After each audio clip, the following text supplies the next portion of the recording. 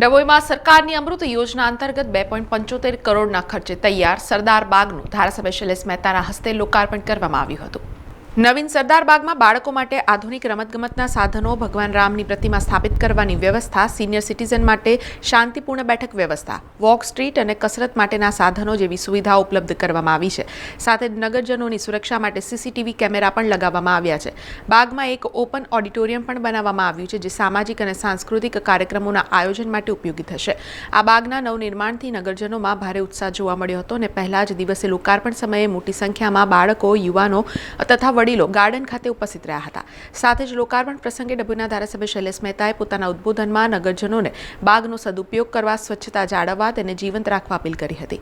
આ કાર્યક્રમમાં નગરપાલિકા પ્રમુખ બીરેન શાહ, પ્રદેશ કારોબારી સભ્ય શશિકાંત પટેલ, જિલ્લા પંચાયત ઉપપ્રમુખ વકીલ અશ્વિન પટેલ, ઓફિસર જયકિશન તડવી, નગરપાલિકાના મેનેજર મહેશ પરમાર, નગરસેવકો, મહિલા મોરચાના સોનલ સોલંકી, શહેર મહામંત્રી હિરેન શાહ, કિરીટ વસાવા સહિતના અનેક આગેવાનો તેમજ મોટી સંખ્યામાં નગરજનો ઉપસ્થિત રહ્યા હતા। જ્યારે આગળ વધી રહ્યું છે, તમે બધા જ જાણો છો કે અહીંયા આગળ એક બાગ હતો, પણ એક તદ્દન મૃતપ્રાય થઈ ગયો હતો।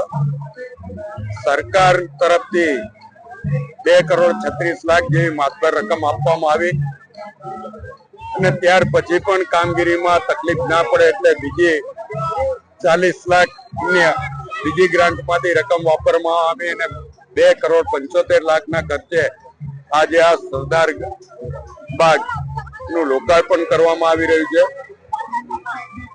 મને આનંદ છે કે જે વચનો અમે આપ્યા હતા એ વચનો પૂરા થઈ રહ્યા છે।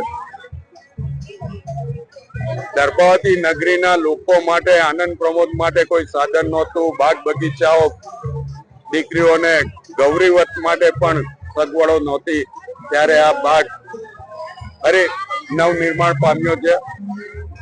સુંદર આયોજન કરવામાં આવ્યું છે। પઠાણભાઈ કોન્ટ્રાક્ટરે દિલ લગાવીને કામ કર્યું છે। નગરપાલિકાની જે બોડી છે એમણે પણ દિલથી કામ કર્યું છે અને નગરપાલિકાના તમામ ચીફ ઓફિસરથી માંડીને કર્મચારીઓએ ખૂબ સુંદર રસ લઈને આ બાગ તૈયાર કર્યો છે। ત્યારે હું દર્ભાવતી નગરીના તમામ નાગરિકોને આજના દિવસે અભિનંદન આપું છું કે જે લોકોની લાગણી ને માંગણી હતી એ પ્રમાણેનો બાગ આજે અહીંયા તૈયાર થયો છે। આ બાગમાં વોકવે બનાવવામાં આવ્યો છે કે જેથી સવાર સાંજ લોકો વોકિંગ માટે, ચાલવા માટે અહીંયા આવી શકે।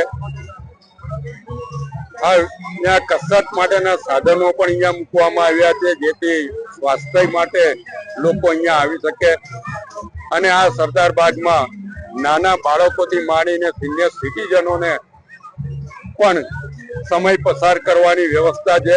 સાથે ઓપનમાં એમ્પી થિયેટર કે નાના નાના કાર્યક્રમો લોકો અહીંયા પોતાની રીતે આવીને કરી શકે, એના માટે એમને લાઇટ લેવા જવાની પણ જરૂર નહીં પડે, સાઉન્ડ સિસ્ટમની પણ જરૂર નહીં પડે।